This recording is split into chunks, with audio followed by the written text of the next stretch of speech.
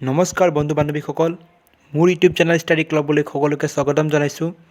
আজি মই পলিটিকেল ছাবজেক্টৰ কেইটামান অতি গুৰুত্বপূৰ্ণ প্ৰশ্ন উত্তৰৰ বিষয়ে আলোচনা কৰিব ওলাইছোঁ। গতিকে তোমালোকে এই ভিডিঅ'টি শেষলৈ চাই থাকা। প্ৰথমে আমি আলোচনা কৰোঁ যে ভাৰতক ৰাষ্ট্ৰসংঘৰ নিৰাপত্তা পৰিষদৰ স্থায়ী সদস্য পদ প্ৰদান কৰিব লাগে বুলি ভাবানে? যুক্তি দিয়া।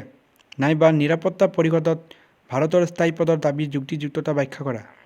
হয় বন্ধুসকল, এই প্ৰশ্নটি 2014, 2016 আৰু 2018 বৰ্ষত হৈ গৈছে। তোমালোকে এই প্ৰশ্নটি ভালকৈ চাই থবা।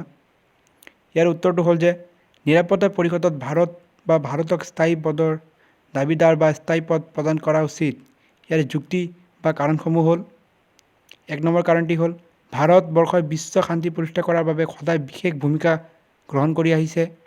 2 নম্বৰ কাৰণটি হ'ল ভাৰতবৰ্ষ বিশ্বৰ দ্বিতীয় বৃহৎ জনবহুল ৰাষ্ট্ৰ, য'ত বিশ্বৰ 133 কোটি মানুহে বসবাস কৰে। 3 নম্বৰ কাৰণটি হ'ল ভাৰতবৰ্ষই সদায় নিৰন্তীকৰণ ক্ষেত্ৰত সমৰ্থন আগবঢ়াই আহিছে। আৰু 4 নম্বৰ কাৰণটি হ'ল ইয়াৰ উপৰিও তৃতীয় বিশ্বৰ দেশসমূহৰ কোনো প্ৰতিনিধি ৰাষ্ট্ৰসংঘৰ নিৰাপত্তা পৰিষদ নাই। সেয়ে ৰাষ্ট্ৰসংঘত তৃতীয় বিশ্বৰ দেশসমূহৰ ভাৰতবৰ্ষই উপযুক্ত। এতিয়া আমি নেক্সট প্ৰশ্নটিলৈ আহোঁ। বসুন্ধৰা সন্মিলন ক'ত আৰু কিমান চনত অনুষ্ঠিত হৈছিল? হয় বন্ধুসকল, এই প্ৰশ্নটি 2013 বৰ্ষত আহি গৈছে। তোমালোকে এই প্ৰশ্নটি ভালকৈ চাই থবা। ইয়াৰ উত্তৰটো হ'ল যে বসুন্ধৰা সন্মিলন ব্ৰাজিলৰ ৰিঅ' ডি জেনেৰিঅ'ত আৰু 1992 চনত হৈছিল। নেক্সট প্ৰশ্নটি হ'ল সেউজ গৃহ গেছ বুলিলে কি বুজা? এই প্ৰশ্নটি 2015 বৰ্ষত আহি গৈছে। সেউজ গৃহ গেছ হ'ল এনে কিছুমান গেছৰ সমষ্টি যিয়ে সূৰ্যৰ পৰা অহা বিদ্যুৎ চুম্বকীয় তৰংগৰ বিকিৰণ শোষণ কৰে, যেনে কাৰ্বন ডাই অক্সাইড, মিথেন, কাৰ্বন মনোক্সাইড। ইয়াৰ পিছৰ প্ৰশ্নটি হ'ল যে বিশ্বায়নে দুটাকৈ সপক্ষে আৰু দুটাকৈ বিপক্ষে যুক্তি দিয়া। হয় বন্ধুসকল, এই প্ৰশ্নটি 2015 আৰু 2020 বৰ্ষতো আহি গৈছে। তোমালোকে এই প্ৰশ্নটি ভালকৈ চাই থবা। ইয়াৰ সপক্ষে যুক্তিটো হ'ল যে বিশ্বায়নৰ ফলত বিভিন্ন দেশৰ মানুহে যিকোনো দেশত ব্যৱসায় বাণিজ্য কৰিবলৈ সক্ষম হৈছে। বিশ্বায়নৰ ফলত বিশ্বৰ উন্নত প্ৰযুক্তিবিদ্যাসমূহ সকলো দেশে গ্ৰহণ কৰিব পাৰিছে।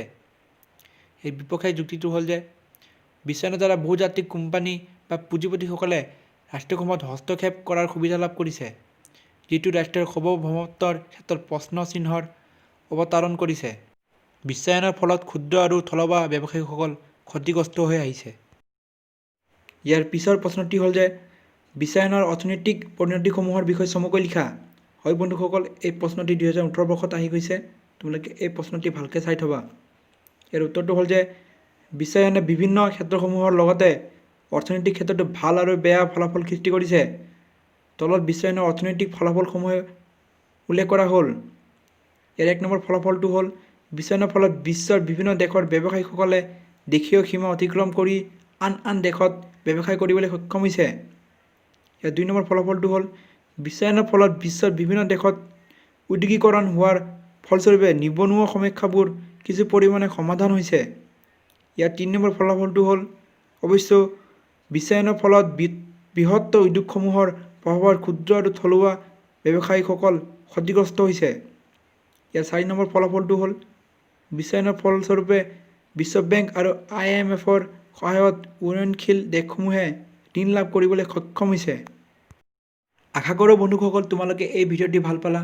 তেনেহ'লে মোৰ এই চেনেলটো লাইক, শ্বেয়াৰ আৰু ছাবস্ক্ৰাইব কৰি দিবা। ধন্যবাদ।